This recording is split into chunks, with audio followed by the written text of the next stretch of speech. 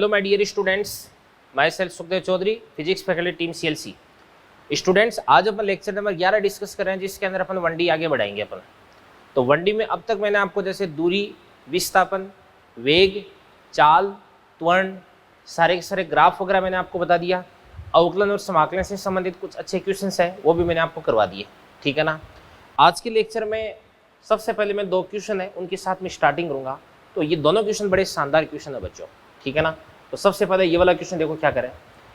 एक कण अपनी यात्रा की जो आधी दूरी है वो तो v1 चाल से तय करता है, ठीक है ना। शेष आधी दूरी को आधे समय तक तो v2 चाल से तथा अगले आधे समय तक v3 चाल से तय करता है। तो संपूर्ण यात्रा की औसत चाल आपको ज्ञात करनी है। तो क्वेश्चन क्या कर रहा है, सबसे पहले अपन क्वेश्चन को समझते हैं। देखो ध्यान से, देख ध्यान से।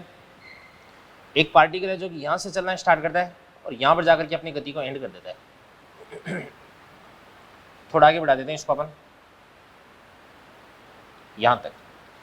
तो एक कण आधी दूरी तो v1 चाल से है, तो मतलब ये आपके पास में कुल दूरी होगी s, इसकी आधी दूरी होगी s/2 और ये वाली आपके पास आधी दूरी हो जाएगी s/2। आधी दूरी तो किस साल से चलता है, ये v1 साल से चलता है। और फिर जो अगली आधी दूरी है उसमें आधे समय तक तो यहां से यहां तक का टाइम कितना देगा आपके पास है t/2, ठीक है ना। या इसको अपन बोलेंगे t1/2 बोल दो, कुछ बोल दो, t0/2 बोल दो। तो t0/2 यहां से यहां तक का समय भी कितना देगा आपके पास है t0/2 देगा। इस समय के दौरान इसकी जो चाल है वो क्या रहती है v2, और इस समय के दौरान इसकी जो चाल है वो क्या रहती है v3 रहती है। क्या रहती है, v3 रहती है बच्चों। तो आपको क्या बोला जा रहा है कि संपूर्ण यात्रा की आपको औसत चाल ज्ञात करनी है। तो चलो करते हैं, अपन करते हैं। सबसे पहले ध्यान से देखना, देखो अपन यहां से लेकर के यहां तक की बात करते हैं। अपन यहां से लेकर के यहां तक की औसत चाल अपन ज्ञात करते हैं, ठीक है ना। तो कैसे करेंगे, ध्यान से। यहां से लेकर के यहां तक की औसत चाल, इस पार्ट की अपन औसत चाल ज्ञात करते हैं।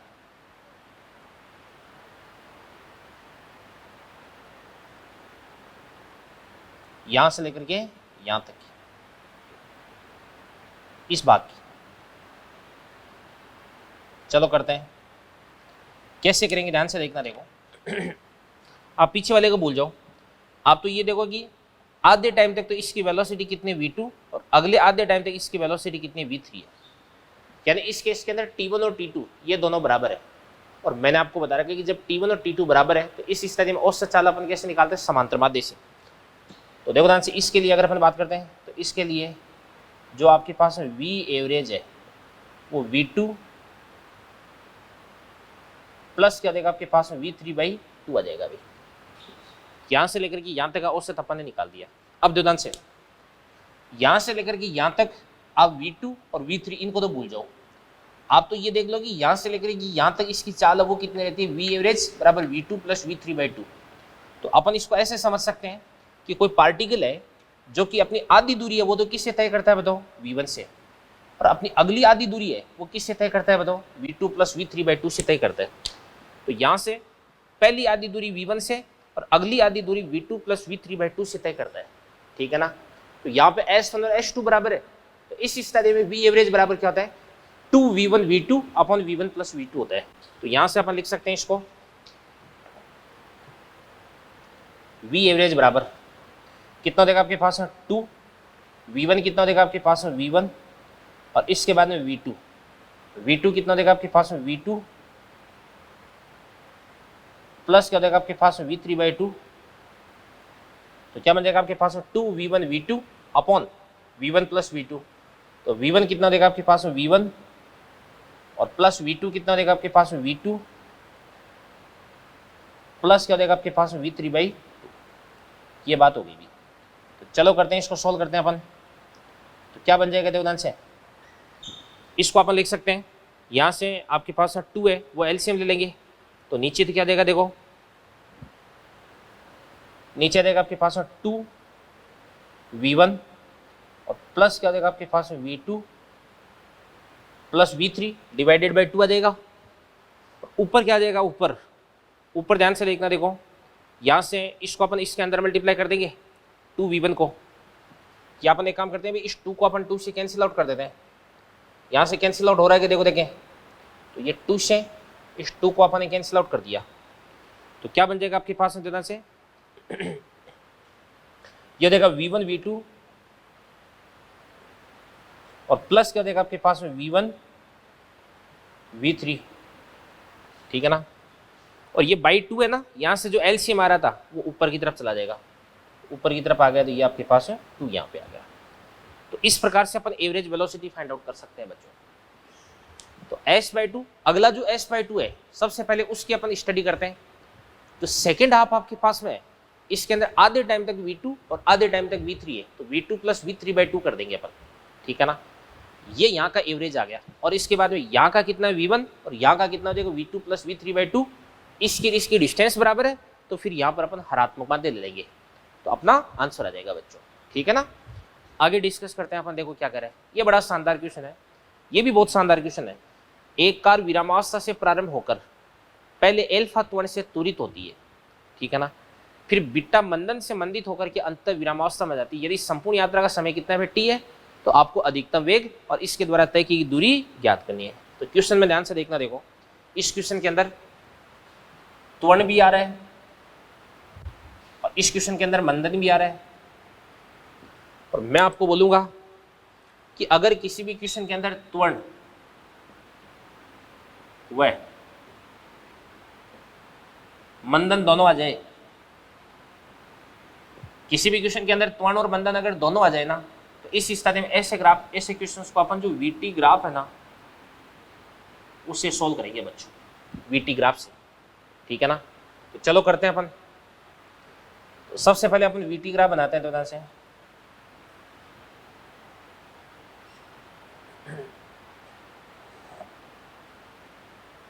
यहाँ पे v को लेते हैं और यहाँ पे t को लेते हैं।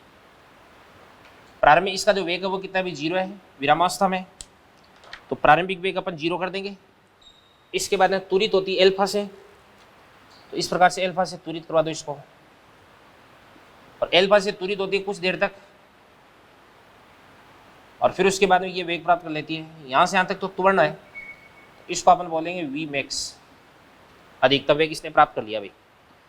इसके बाद में अधिकतम वेग प्राप्त करने के बाद में ये मंदित होती है, ब्रेक अप्लाई कर दिया अपन ने, और मंदित होती है, थोड़ी देर बाद में मंदित होकर के ये वापस रेस्ट में आ जाती है, ठीक है ना। अब यहाँ से लेकर के यहाँ तक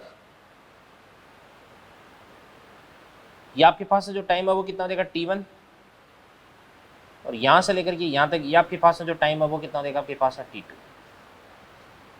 और यहाँ से लेकर के यहाँ तक का जो टोटल टाइम है इसको अपन ने क्या बोल रखा है अभी, t बोल रखा है। क्या बोल रखा है? t। यहाँ पे तो त्वरण है क्योंकि वेग बढ़ रहा है, तो इसको अपन बोलेंगे एल्फा। यहाँ पे मंदन है, तो इसको अपन क्या बोल देंगे, बीटा बोल देंगे, ठीक है ना। और आपको बोला जा रहा है एक समान त्वरण, जो एल्फा वो कांस्टेंट है, तो एक समान त्वरण तभी अपन ने v और t के बीच में सरल रेखीय ग्राफ बनाया, क्योंकि त्वरण अगर एक समान है तो वीटी ग्राफ की जो स्लोप है वो एक समान होनी चाहिए बच्चों, ठीक है ना। तो एल्फा और ये आपके पास में बीटा हो गया, ठीक है। अब ध्यान से सबसे पहले अपन बात करते हैं यहाँ से लेकर के यहाँ तक इसने कितना वेग प्राप्त कर लिया अभी। अब ये वेग अपन कैसे निकाल सकते हैं अभी भाई, अपन क्या लिख सकते हैं अभी, वी मैक्स बराबर, वी मैक्स की वैल्यू अपन कैसे निकाल देंगे बताओ, कैसे निकालेंगे अपन। अपन जानते हैं कि त्वरण बराबर क्या होता है, वेग में परिवर्तन बटा लगा समय, ठीक है ना। तो अपन लिख सकते हैं ध्यान से एल्फा बराबर वेग में परिवर्तन कितना हो जाएगा आपके पास बताओ, अंतिम वेग कितना हो जाएगा वी मैक्स माइनस प्रारंभिक वेग कितना हो जाएगा 0 बट्टे टाइम कितना हो जाएगा आपके पास बताओ t1, यहाँ से आपके पास है t1 बराबर कितना हो जाएगा आपके पास में वी मैक्स अपॉन एल्फा। और इसके बाद यहाँ से लेकर के यहाँ तक का जो मंदन क्या हो जाएगा बीटा, तो मंदन भी क्या होता है वेग में परिवर्तन बटा लगा समय, तो इसको अपन क्या लिख सकते हैं बीटा, तो मंदन है तो माइनस का चिन्ह लगा देंगे बराबर अंतिम वेग कितना हो जाएगा आपके पास है 0 माइनस प्रारंभिक वेग कितना हो जाएगा आपके पास है वी मैक्स अपॉन टाइम कितना हो जाएगा आपके पास है t2। तो यहाँ से आपके पास है t2 बराबर कितना हो जाएगा बताओ, वी मैक्स अपॉन है बीटा। T2 बराबर आपके पास आ जाएगा वी मैक्स अपॉन बीटा हो जाएगा। तो T1 आ गया आपके पास में, T2 आ गया। अब आपको टोटल टाइम पता करना है, तो टोटल टाइम कितना हो जाएगा T, तो T बराबर कितना हो जाएगा T1 प्लस T2। तो इसको अपन क्या बोलेंगे, v max upon alpha plus क्या देगा आपके पास में वी मैक्स अपॉन बीटा। तो यहां से आपके पास में वी मैक्स को कॉमन ले लो, 1 by alpha plus 1 by beta. तो यहां से अपन एल्फा बीटा ये एलसीएम ले लेंगे, तो ऊपर क्या देगा आपके पास एल्फा प्लस क्या देगा आपके पास है बीटा। तो यहां से आपको निकालना है वी मैक्स, तो वी मैक्स बराबर कितना देगा आपके पास है एल्फा बीटा, क्रॉस मल्टीप्लाई कर देंगे टी से, तो ये बन जाएगा एल्फा बीटा टी अपॉन क्या देगा आपके पास एल्फा प्लस बीटा। ये तो आपके पास में वी मैक्स का फॉर्मूला आ गया बच्चों, अधिकतम वेग का फॉर्मूला आ चुका है ये, ठीक है। तो ये फॉर्मूला आप डायरेक्टली ध्यान में भी रख सकते हो, क्योंकि स्टैंडर्ड क्वेश्चन है, बार बार इसको सोल्व नहीं करते हैं, ठीक है। जैसे मान के चलिए कि आपको बोले कि कोई कार है, पहले 10 मीटर पर सेकंड स्क्वायर से त्वरित होती है और फिर उसके बाद में 20 मीटर पर सेकंड स्क्वायर से मंदित होती है, और संपूर्ण यात्रा का समय मान के चलिए आपको दे दिया कि 20 सेकंड, तो आपको इसका जो अधिकतम वेग है वो ज्ञात करना है। तो डायरेक्ट फॉर्मूला अप्लाई करेंगे ना अपन। इसके बाद में अपने को इसके द्वारा तय की गई दूरी भी ज्ञात करनी है। तो तय की गई दूरी अपन कैसे ज्ञात कर सकते हैं अभी, देखो बच्चों, V और T के बीच में ग्राफ दे रखा है, तो इस ग्राफ के नीचे का जो एरिया है ना, वो एरिया किसको बताएगा, दूरी या विस्थापन को बताएगा, ठीक है ना। तो अपन लिख सकते हैं S बराबर क्या हो जाएगा आपके पास एरिया, और एरिया कितना हो जाएगा 1/2, ठीक है ना, इंटू आधार। आधार कितना हो जाएगा आपके पास बताओ T, ठीक है ना। T1 प्लस T2 होगा ना, इसको T लिख देंगे, इंटू ऊंचाई। तो ऊंचाई कितनी हो जाएगी आपके पास में वी मैक्स, तो बराबर कितना हो जाएगा आपके पास 1/2 इंटू कितना हो जाएगा आपके पास T इंटू वी मैक्स को अपन क्या बोल सकते हैं एल्फा बीटा T अपॉन क्या देगा आपके पास एल्फा प्लस बीटा। तो यहां से आपके पास में S बराबर क्या बन जाएगा जोदान से 1/2, इसके बाद एल्फा बीटा अपॉन क्या हो जाएगा आपके पास एल्फा प्लस बीटा, और T क्या बन जाएगा आपके पास में T²। तो बच्चों ये आपके पास S का फॉर्मूला आ चुका है, तो दूरी है ना, इसका फॉर्मूला भी आपके पास में आ चुका है। तो ये भी आपको ध्यान में रखना है। तो ये दोनों बड़े शानदार मजेदार क्वेश्चन थे, तो ये दोनों क्वेश्चन अपने फिनिश कर लिए, इनको नोट कर लो आप। तो चलिए बच्चों, इन 2 क्वेश्चंस के बाद में अपन स्टार्ट करने जा रहे हैं गति की समीकरण, और जो बाकी जो बातें करेंगे अपन गति की समीकरणों के बाद में करेंगे, क्योंकि गति की समीकरण पढ़ने के बाद में अपन जो मोशन अंडर ग्रेविटी है वो अपन पढ़ पाएंगे, ठीक है ना। तो चलिए करते हैं, स्टार्ट करते हैं अपन। तो हेडिंग डाल देता हूं मैं, गति की समीकरण।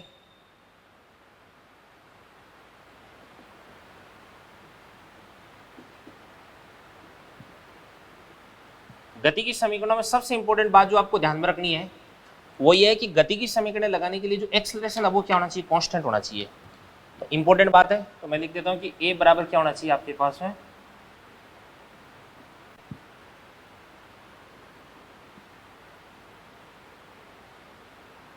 कांस्टेंट। तो बच्चों एक्सेलरेशन कांस्टेंट होना चाहिए। तो सबसे पहले अपन जानते हैं कि ए बराबर क्या होता है आपके पास है dv अपॉन dt। यहां से आपके पास है dv बराबर क्या हो जाएगा आपके पास है a dt। कर दो दोनों तरफ से अवकलन। t बराबर 0 पर वेग कितना देगा u, और t बराबर t पर वेग कितना देगा आपके पास v। dv का इंटीग्रेशन कर देंगे v, लिमिट्स पुट कर देंगे v माइनस u बराबर a, dt का इंटीग्रेशन क्या देगा आपके पास है t। u उधर की तरफ ले जाओ तो v बराबर क्या देगा u plus at। First equation बनकर के तैयार होगी। इसका नाम हो जाएगा गति की प्रथम समीकरण।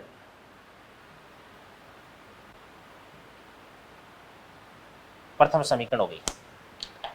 इसके बाद से यहां से आपके पास में v बराबर कितना देगा u प्लस at, और इसको अपन बोल सकते हैं ds अपॉन dt। तो यहां से आपके पास है ds बराबर u plus at into dt। तो कर दो इंटीग्रेशन कर दो दोनों तरफ से, ds का इंटीग्रेशन कर दो और इसका इंटीग्रेशन कर दो। t बराबर 0 पर s बराबर 0 और t बराबर t पर s बराबर कितना देगा, s हो जाएगा। तो ds का इंटीग्रेशन क्या देगा आपके पास, s बराबर u का इंटीग्रेशन क्या देगा आपके पास में, ut और a t का कितना देगा, t स्क्वायर बाई 2, तो प्लस क्या देगा आपके पास में, हाफ ए टी स्क्वायर। तो देखिएगा ध्यान से, ये आपके पास में क्या देगा बच्चों, ऐसा देगा,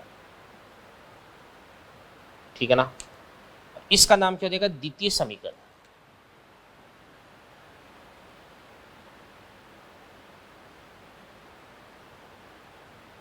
द्वितीय समीकरण हो गया बच्चों, ठीक है ना।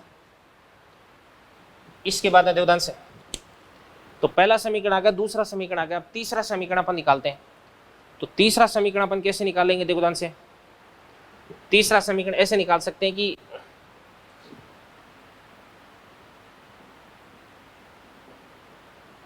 प्रथम समीकरण से t निकालना है, t, तो यहां से t बराबर कितना देगा, v माइनस यू अपॉन ए।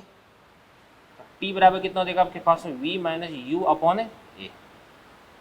और दूसरा समीकरण क्या देगा आपके पास, s बराबर कितना देगा आपके पास यू टी, तो t कितना देगा, v minus you upon A, plus क्या देगा आपके पास में, half a t square, A by 2, तो t कितना देगा, v माइनस यू बाई ए, इसका कर दो स्क्वायर। तो इसको अगर आप सोल्व कर दोगे ना, तो आपको प्राप्त हो जाएगा वी स्क्वायर बराबर यू स्क्वायर प्लस 2as। तो बच्चों ये आपके पास है तीसरी समीकरण, वो बनकर के तैयार हो चुकी है, ठीक है ना। तो इसको अपन बोलते हैं तृतीय समीकरण।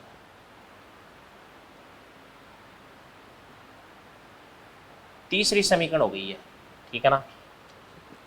तो पहली समीकरण क्या है, v बराबर u प्लस ए टी, दूसरी क्या है s equals to u t plus half a t square, और तीसरी क्या है बच्चों, v स्क्वायर बराबर यू स्क्वायर प्लस 2as, ठीक है ना।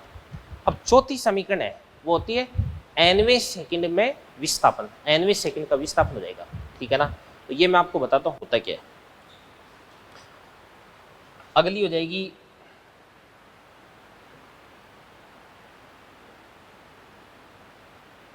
nवें सेकंड का विस्थापन।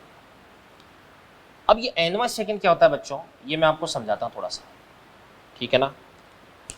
जैसे 0 से लेके 1, ये तो था पहला सेकंड, 1 से लेके 2, ये होता है दूसरा सेकंड, 2 से 3 तीसरा सेकंड, 9 से 10 10वां सेकंड, 99 से 100 99वां सेकंड हो जाएगा, सॉरी 100वां सेकंड हो जाएगा। कौन सा हो जाएगा, 100वां सेकंड।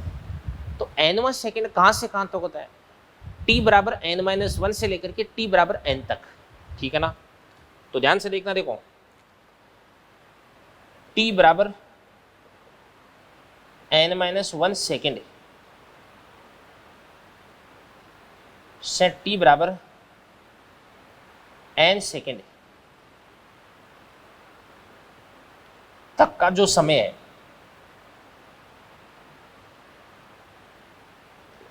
इसको ही अपन क्या बोलेंगे, इसको अपन बोलेंगे nवां सेकंड बोलेंगे। क्या बोल देंगे,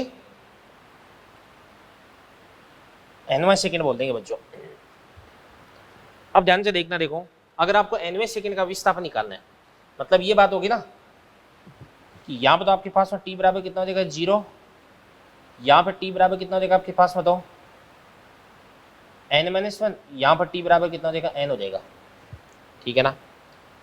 अब प्रारंभिक वेग है वो मान लो कितना देगा आपके पास u, और जो त्वरण है वो त्वरण भी कितना देगा आपके पास, a हो जाएगा। तो ऐसे तो करेंगे ना, सबसे पहले अपन जो n सेकंड है उसका विस्थापन निकालेंगे, इसको अपन क्या बोलेंगे, sn। उसके बाद में जो n-1 है इसका विस्थापन अपन निकालेंगे, इसको अपन बोलेंगे s n-1। और उसके बाद में यदि आपको यहां से लेकर के यहां तक का विस्थापन चाहिए, तो इसके लिए प्यारे बच्चों आपको इसमें से इसको माइनस करना पड़ेगा। तो n सेकंड का विस्थापन निकाल करके उसमें से n-1 सेकंड के विस्थापन को माइनस कर दोगे ना, तो आपको nवें सेकंड का विस्थापन प्राप्त हो जाएगा। तो ये अपन कैसे कर सकते हैं, ये अपन ऐसे कर देंगे,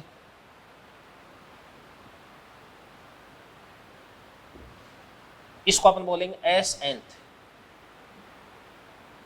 बराबर, इसको अपन बोलेंगे एस n माइनस क्या देगा आपके पास, एस n माइनस 1 हो जाएगा।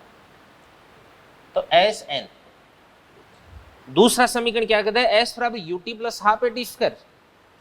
तो यहां पर टी की जगह आपको n पुट करना है, तो क्या हो जाएगा आपके पास U N plus half A N square minus T बराबर कितना, n माइनस 1। तो t की जगह आपको n माइनस 1 पुट करना है, तो u n माइनस 1 और माइनस प्लस इंटू माइनस क्या हो जाएगा, माइनस हाफ ए n माइनस 1 का होल स्क्वायर। तो अगर इसको अपन सोल्व कर देंगे तो ये आपके पास आ जाएगा s nth equal to u plus a by two into 2n minus 1 आ जाएगा। ये आपके पास फोर्थ इक्वेशन हो गया अभी, और इसको अपन बोल देंगे चतुर्थ समीकरण, यानी चौथी समीकरण हो जाएगी, चतुर्थ समीकरण हो गई बच्चों, ठीक है ना, ये चीज होगी। तो एस एन इक्वल टू कितना था, you plus a by two into 2n minus 1 होता है, ठीक है। अब यहाँ पे अपन एक कंफ्यूजन में पड़ जाते हैं कि सर आपने बोला था कि यूनिट्स एंड डायमेंशंस में कि a बराबर b प्लस सी होता है, तो a की, b की और c की तीनों की जो मात्रक और विमा वो बराबर होती है, एक जैसी होती है। तो सर यहाँ पे LHS में तो आपने विस्थापन लिख दिया, यहाँ पे ये वेग है और ये त्वरण है, तो क्या ये समीकरण विमीय रूप से गलत है क्या? तो मैं बोलूँगा बिल्कुल नहीं, बिल्कुल सही है ये। कैसे, लिख देता हूँ मैं। ये वाला जो समीकरण है ना, ये विमीय रूप से है ना ओके है, क्या है, ओके, ओके की रिपोर्ट है बच्चों। तो ऐसा कैसे, ऐसा इसलिए कि यहां से जो u है ना, u, इस u के साथ में यहां पे t भी है, और t बराबर कितना देगा आपके पास है 1 सेकेंड। तो वेग को आपने टाइम से मल्टीप्लाई कर दिया तो विस्थापन आ गया ना, और टाइम कितना भी 1 सेकेंड है, तो 1 यहाँ पे मैंने लिखा नहीं है। तो यहाँ पर आपके पास है जो a/2 है ना, a, ठीक है ना, इस a के गुणा के अंदर t स्क्वायर है, बट ये आपके पास आ जाएगा 1 सेकेंड स्क्वायर हो जाएगा, कितना देगा 1 सेकेंड स्क्वायर। तो a को t स्क्वायर से और u को आपने t से गुणा कर रखा है, ठीक है ना, ये चीज हो गई बच्चों। तो पहली समीकरण, दूसरी समीकरण, तीसरी समीकरण और चौथी समीकरण, चारों समीकरण मैंने आपको बाकायदा डिराइव करके अच्छे से समझा दिए, इनको आप नोट करें, फिर आगे बढ़ते हैं अपन। तो चलिए बच्चों, इसके अंदर अपन डिस्कस कर लेते हैं हम गुरुत्व के अधीन गति, ठीक है ना, मोशन अंडर ग्रेविटी। अब बच्चों देखो ध्यान से, अगर आपको गति की समीकरण चिन्ह के साथ में पुट करनी आती है, चिन्ह के साथ में काम में लेनी अगर आपको आती है, तो मोशन अंडर ग्रेविटी में आपको बिल्कुल भी दिक्कत नहीं होने वाली है, ठीक है ना, ये चीज़ मैं आपको बताना चाहता हूँ। तो ध्यान से देखना, देखो जैसे गति की समीकरणों की बात करें तो पहली समीकरण क्या थी, v इक्वल टू कितना, u प्लस ए टी, और दूसरी समीकरण क्या होती है, s बराबर u t plus half a t square, तीसरी क्या होती है v square equal to u square plus 2s, और चौथी समीकरण क्या होती है, s nth इक्वल टू कितना होता है, u plus a by two into 2n minus 1 होता है, ठीक है ना। अब देखिएगा बच्चों, यहाँ पे u क्या होता है, प्रारंभिक वेग होता है, v क्या होता है, अंतिम वेग होता है, t क्या होता है, समय होता है, a क्या होता है, त्वरण होता है, और s क्या होता है, विस्थापन होता है, ठीक है ना। अब कब कौन सी समीकरण आपको काम में लेनी है, ये तो क्वेश्चन की जो लैंग्वेज है उससे अपन डिसाइड करेंगे, डिटरमाइन करेंगे, ठीक है ना। तो चलो अपन आगे बढ़ते हैं। अभी हेडिंग डालने जा रहा हूं मैं, गुरुत्व के अधीन गति। गुरुत्व के अधीन गति। तो गुरुत्व के अधीन गति है ना, इसके अंदर सबसे पहले आपको ध्यान रखना भी कि जो त्वरण है वो कितना होता है, ये होता है आपके पास है g, हमेशा g लेना है, और डायरेक्शन किधर की तरफ होती है, नीचे की ओर, ठीक है ना। और अब ध्यान से देखना, देखो एक बात आपको ध्यान रखनी भी, हमेशा यहां पे कई बच्चे कंफ्यूज होते हैं, हमेशा आपको ऊपर की ओर जो डायरेक्शन है उसको पॉजिटिव लेना है,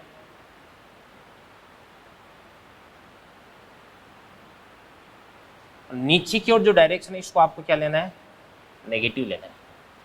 तो ऊपर की ओर जो भी डायरेक्शन आएगी उसको अपन क्या लेंगे, पॉजिटिव, और नीचे की तरफ जो डायरेक्शन है इसको अपन क्या लेंगे बताओ, नेगेटिव। ये बात हो गई। तो यहाँ पे जो ए है उस ए की वैल्यू अपन क्या लिख सकते हैं बताओ, हमेशा के लिए ए बराबर हमेशा अपन क्या लिखेंगे, माइनस जी लिखेंगे, क्योंकि जी की डायरेक्शन नीचे की तरफ है, इस कारण से माइनस जी लिखेंगे, ठीक है ना। अब कई बार क्या होते हैं बच्चे कंफ्यूज हो जाते हैं कि जैसे कोई भी टावर है, उस टावर से अपन गेंद को नीचे की तरफ फेंकते हैं, तो नीचे की तरफ फेंकते हैं ना तो जी को अपन पॉजिटिव ले लेते हैं, ठीक है ना, ऐसा नहीं करना है। फिर मैं बोलता हूँ ऐसा क्यों किया, तो वो बोलते हैं कि सर यहाँ पे जो वेग है ना वो भी नीचे है और जो जी है वो भी नीचे की तरफ, दोनों सेम डायरेक्शन में आगे, तो ये पॉजिटिव लिख दिया मैंने। तो मैं बोलता हूँ ऐसा किसने समझाया आपको, मैंने तो बताया नहीं बिल्कुल भी, ठीक है ना। तो एक्चुअली होता क्या है, आपको जो भी भौतिक राशि नीचे की तरफ है उसको नेगेटिव लेना है, जो ऊपर की तरफ उसको आपको हमेशा क्या लेना है बच्चों, पॉजिटिव लेना है, बस ये आपको ध्यान में रखना है सिस्टम, ठीक है। अब देखो ध्यान से, इसके अंदर सबसे पहले केस के अंदर मैं क्या करता हूँ, किसी भी गेंद को ऊपर की तरफ फेंकता हूँ, ये धरातल है, इस धरातल से मैं किसी भी चीज को ना ऊपर की तरफ फेंकता हूँ,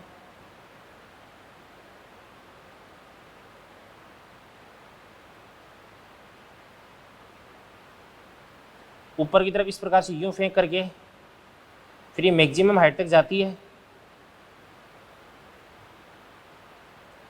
फिर ये वापस नीचे की तरफ आ जाती है, और जब वापस नीचे की तरफ टकराती है तो इसका वेग भी कितना हो जाता है आपके पास में, यू हो जाता है, यानी जिस वेलोसिटी से आपने इसको फेंका था ना उसी वेलोसिटी से वापस स्ट्राइक करती है।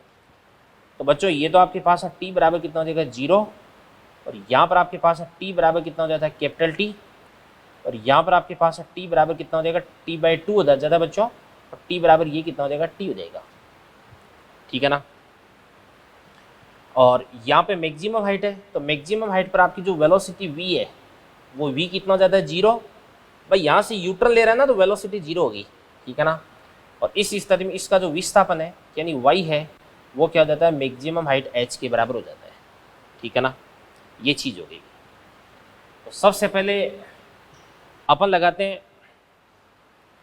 यहाँ से लेकर के यहाँ तक लगा दो गति का पहला समय। भाई अपने को क्या क्या निकालना है, एक तो अपने को निकालना है कि इसका जो टाइम ऑफ फ्लाइट है टी है वो कितना है, वो आपको पता करना है, ठीक है ना।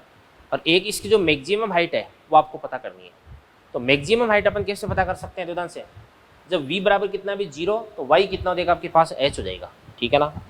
तो अपन लिख सकते हैं, ध्यान से देखना, देखो जब v बराबर कितना भी 0 तो y बराबर कितना हो जाएगा आपके पास, h, या s लिख दो, चाहिए इसको विस्थापन लिख दो, इसका विस्थापन s है वो कितना हो जाएगा आपके पास, h हो जाएगा। और h को अपन क्या बोलते हैं, अधिकतम ऊंचाई।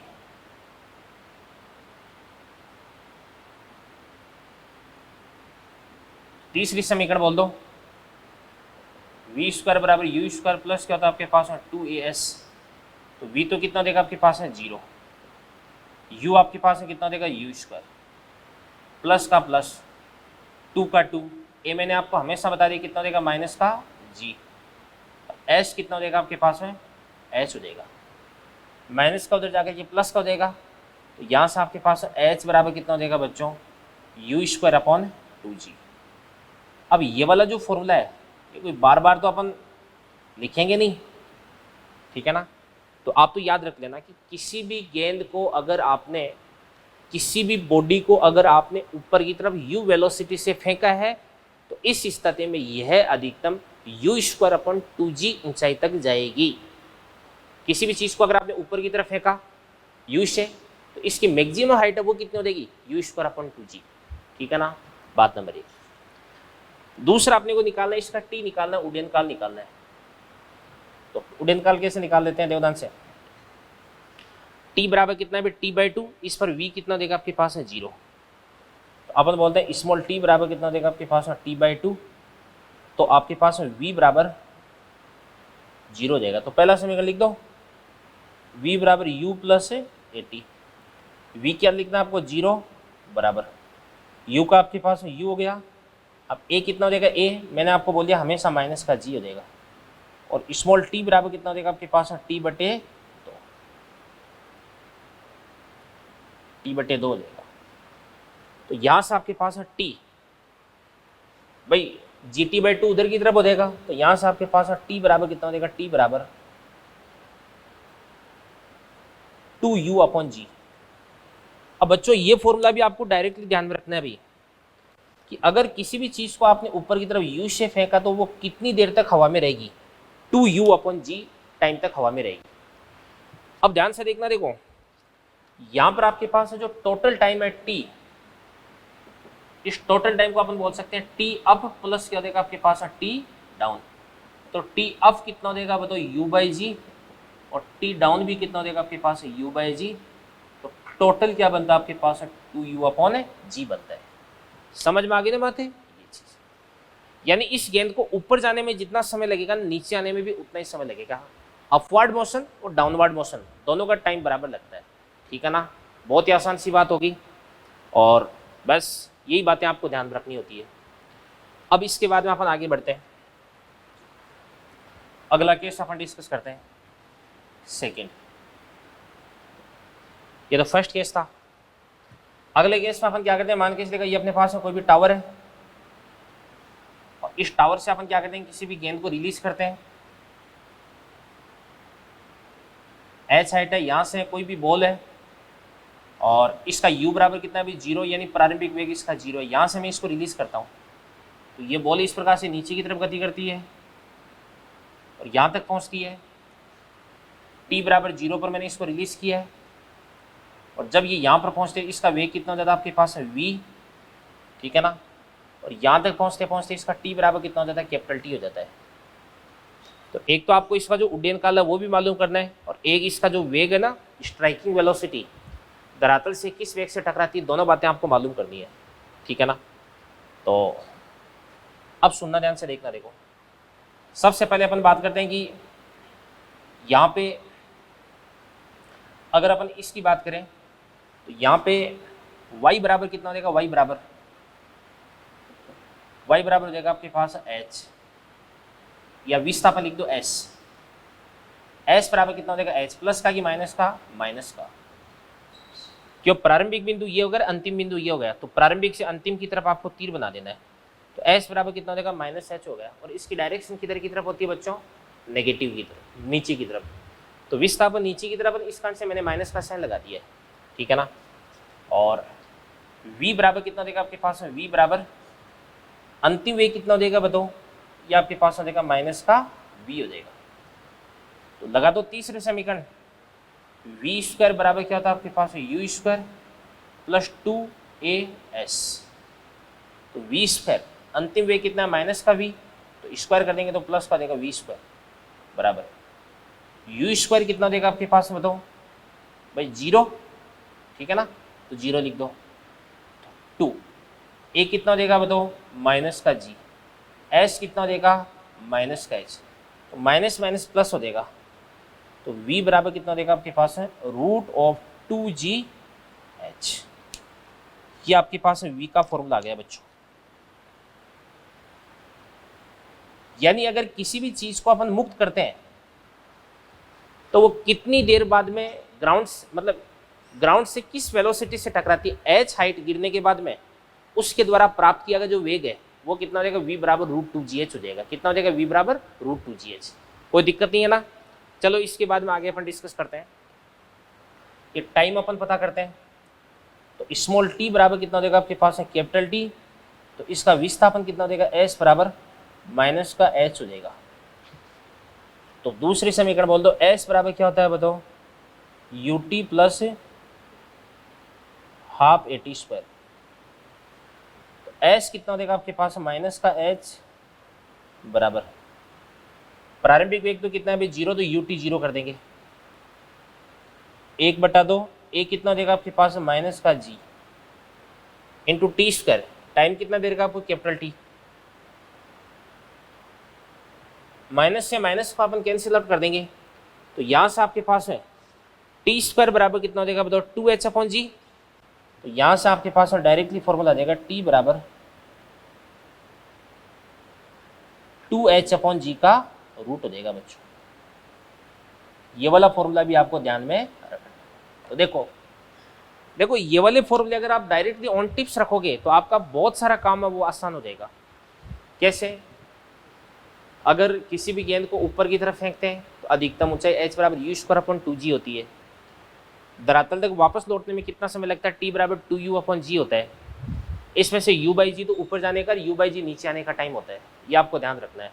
और उसके बाद ध्यान से देखना, किसी भी गेंद को अगर अपन रिलीज करते हैं तो h हाइट गिरने के बाद इसकी वेलोसिटी कितनी होती है? √2h बाई जी होती है, ठीक है ना।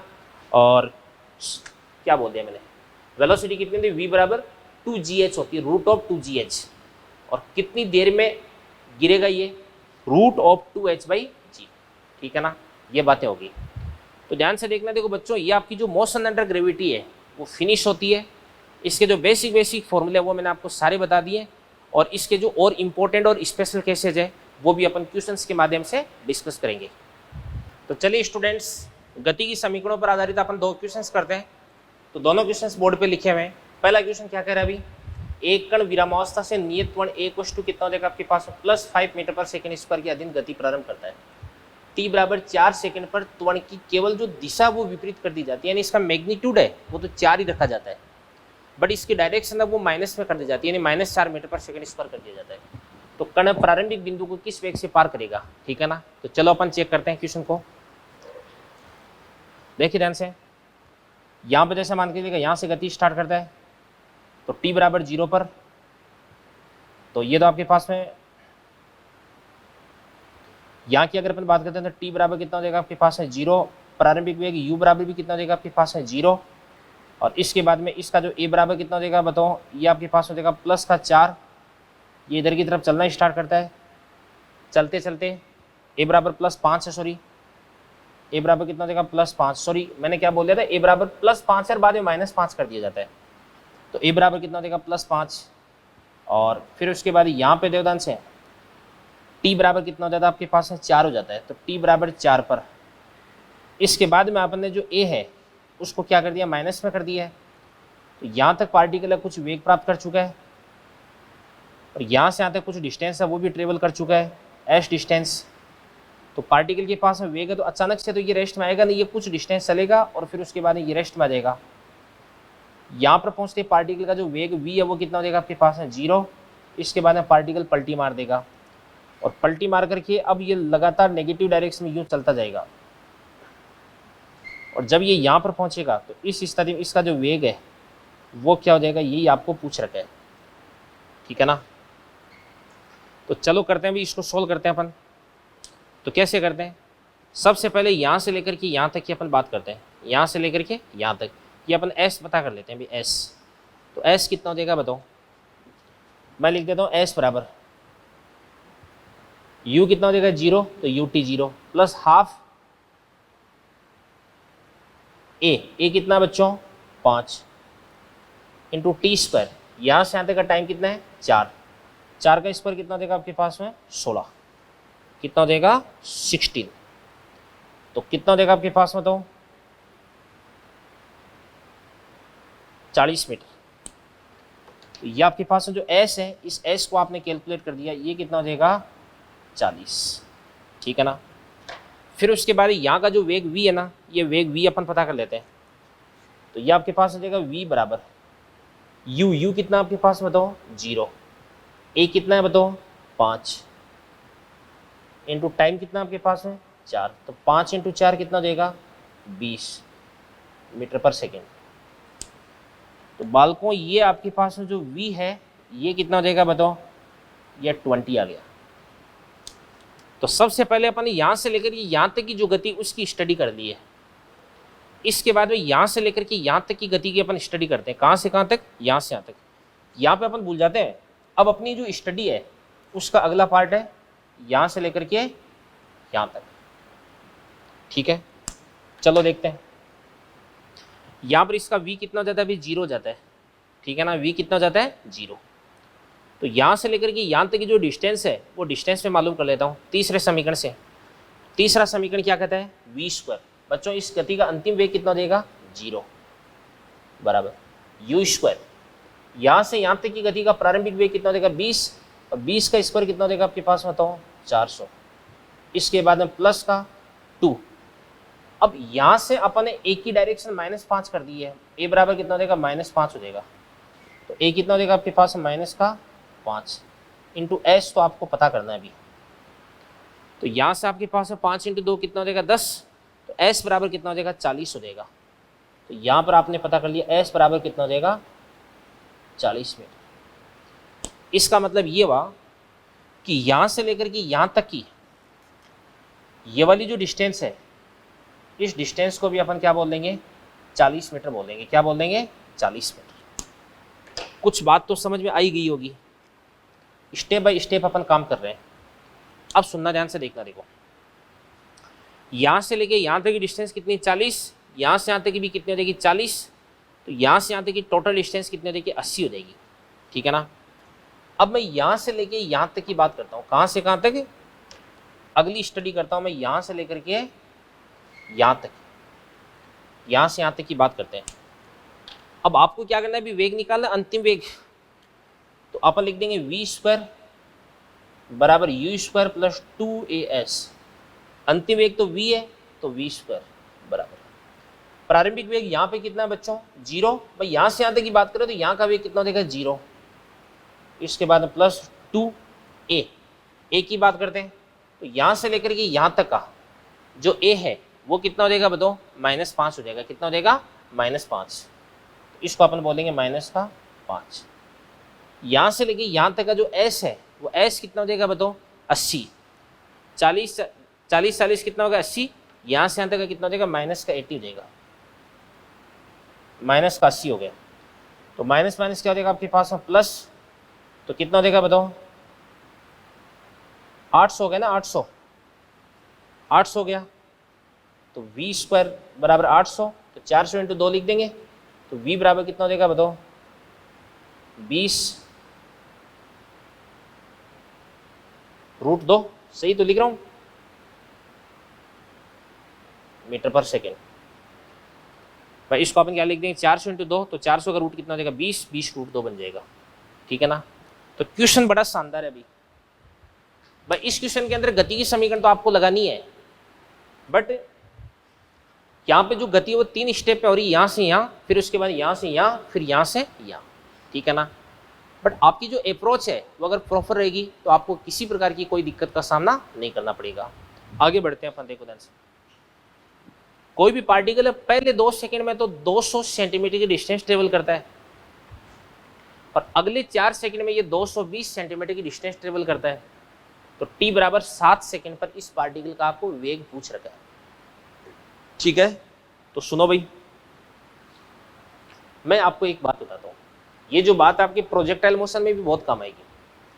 अगर आपको किसी भी गति की स्टडी करनी है तो इसका प्रारंभिक वेग और त्वरण, क्या क्या 2 चीजें, आप तो ये निकाल लो कि आपको u और a, ये आपको निकालना है किसी भी क्वेश्चन में। ये अगर आपने काम कर लिया ना, तो ये मान लो कि आपका 90% काम तो वहीं पे फिनिश हो गया। ठीक है ना। तो चलो करते हैं अपन। सबसे पहले टाइम की बात कर रहे हैं, डिस्टेंस की बात कर रहे हैं। तो टाइम और डिस्टेंस में रिलेशन क्या होता है, s बराबर ut plus half at square. सबसे पहले अपन बात करते हैं t बराबर 0 से 2 तक। 0 से 2 तक देखो ध्यान से, s बराबर कितना देगा बताओ, 200 बराबर ut। भाई ये बात होगी कि ये 0, ये t बराबर कितना देगा 2, अगले 4 मतलब यहाँ पर t बराबर कितना देगा 6। यहाँ से यहाँ तक की डिस्टेंस कितनी देगी 200 सेंटीमीटर, और यहाँ से यहाँ तक की डिस्टेंस कितनी देगी 220 सेंटीमीटर। यहाँ का जो प्रारंभिक वेग है वो कितना देगा आपके पास u, और त्वरण को अपन मान लेंगे a मान लेंगे। तो सबसे पहले 0 से लेके 2 तक की बात करते हैं। तो s बराबर कितना देगा 200, u कितना देगा u, टाइम कितना देगा आपके पास में तो 2। तो कितना हो जाएगा 2u प्लस 1/2। एक का क्या हो जाएगा आपके पास a, यहां से यहां तक का टाइम कितना आपके पास है 2 का स्क्वायर कितना हो जाएगा 4, 4/2 कितना हो जाएगा 2, तो इसको मैं लिख दूंगा प्लस कितना हो जाएगा 2a। इक्वेशन नंबर 1 बन गया बच्चों। अब देखो, अगर आपको 2 से लेके 6 तक गति का समीकरण लगाना है तो t बराबर 2 का प्रारंभिक वेग u तो नहीं है, क्योंकि u तो कहां पे 0 पे।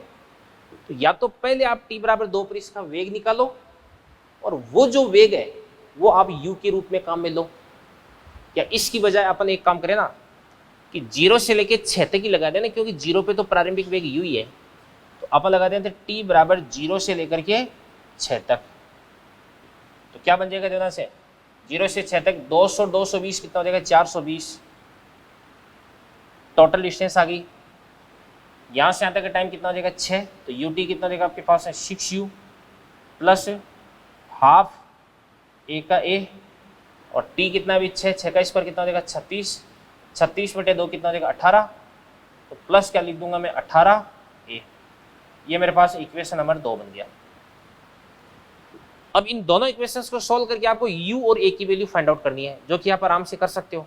तो कैसे करते हैं ध्यान से देखना। देखो, इसके लिए मैं समीकरण 1 है ना, इसके अंदर कितना 2u, इसके अंदर कितना भी 6 है 6u, इसको मैं 3 से गुणा कर देता हूँ और फिर उसके बाद इसमें से माइनस कर देता हूँ मैं इक्वेशन नंबर 2। चलो करते हैं, 3 से गुणा कर दो, 2 से इंटू 3 कितना हो जाएगा 600 और इसके बाद में माइनस कितना हो जाएगा आपके पास है 420 बराबर 2u कितना हो जाएगा 2u इंटू 3 कितना हो जाएगा 6u, 6u में से 6u हो गया 0 और ये कितना हो जाएगा आपके पास है 2a, 3 से गुणा कर दोगे 6 से, 6 से में से 18 को माइनस कर दोगे तो कितना हो जाएगा आपके पास है माइनस का 12a। तो यहाँ से आपके पास में 600 माइनस 420 बराबर कितना हो जाएगा 180, तो माइनस का 12a बराबर 180। तो यहाँ से आपके पास a बराबर कितना हो जाएगा बच्चों 15 माइनस का 15, तो a बराबर जो कितना हो जाएगा माइनस का 15, ठीक है ना। और इसके बाद में a की वैल्यू -15 पुट कर देता हूं मैं समीकरण 1 में। तो मैं लिखता हूं समीकरण 1 से 200 बराबर कितना देगा आपके पास 2। इसके बाद यहां से आपके पास में u बराबर कितना है बताओ, निकालना है। इसके बाद में प्लस 2a कितना हो जाएगा माइनस का 15, तो माइनस का 30 हो गया। तो यहां से आपके पास में 2u बराबर कितना हो जाएगा 230, तो यहां से आपके पास u बराबर कितना हो जाएगा बच्चों 165 सेंटीमीटर पर सेकंड हो गया ना 115, ये आपके पास हो जाएगा 115 हो गया। अब आपको t बराबर 7 सेकंड पर वेग पूछ रखा है, तो अपन जानते हैं v बराबर u प्लस 80, प्रारंभिक वेग कितना हो जाएगा 115, a कितना हो जाएगा माइनस का 15 इंटू t कितना हो जाएगा आपके पास 7, तो 15 इंटू 7 कितना हो जाएगा 105, 115 में से 105 को माइनस कर देंगे तो कितना देगा आपके पास है 10 सेंटीमीटर पर सेकेंड। ये आपका आंसर हो गया बच्चों, ठीक है ना। तो दोनों ही बड़े शानदार इक्वेशंस थे, इन दोनों इक्वेशंस को अपन ने अच्छे से सोल्व किया, तो इन दोनों इक्वेशंस को आप अच्छे से देख लें भाई, ठीक है ना। तो ध्यान से देखना। देखो बच्चों, आज के लेक्चर की अगर अपन बात करें तो इस लेक्चर के अंदर जो मैंने आपको गति की समीकरण है वो डिस्कस करवाई, और गति की समीकरणों के बाद में कुछ क्वेश्चंस है वो भी मैंने आपको करवा दिए हैं। अगले लेक्चर पर गति की समीकरण और मोशन अंडर ग्रेविटी, इसके जो इंपॉर्टेंट क्वेश्चंस है वो अपन डिस्कस करेंगे, ठीक है ना। Okay, thank you very much, all the best.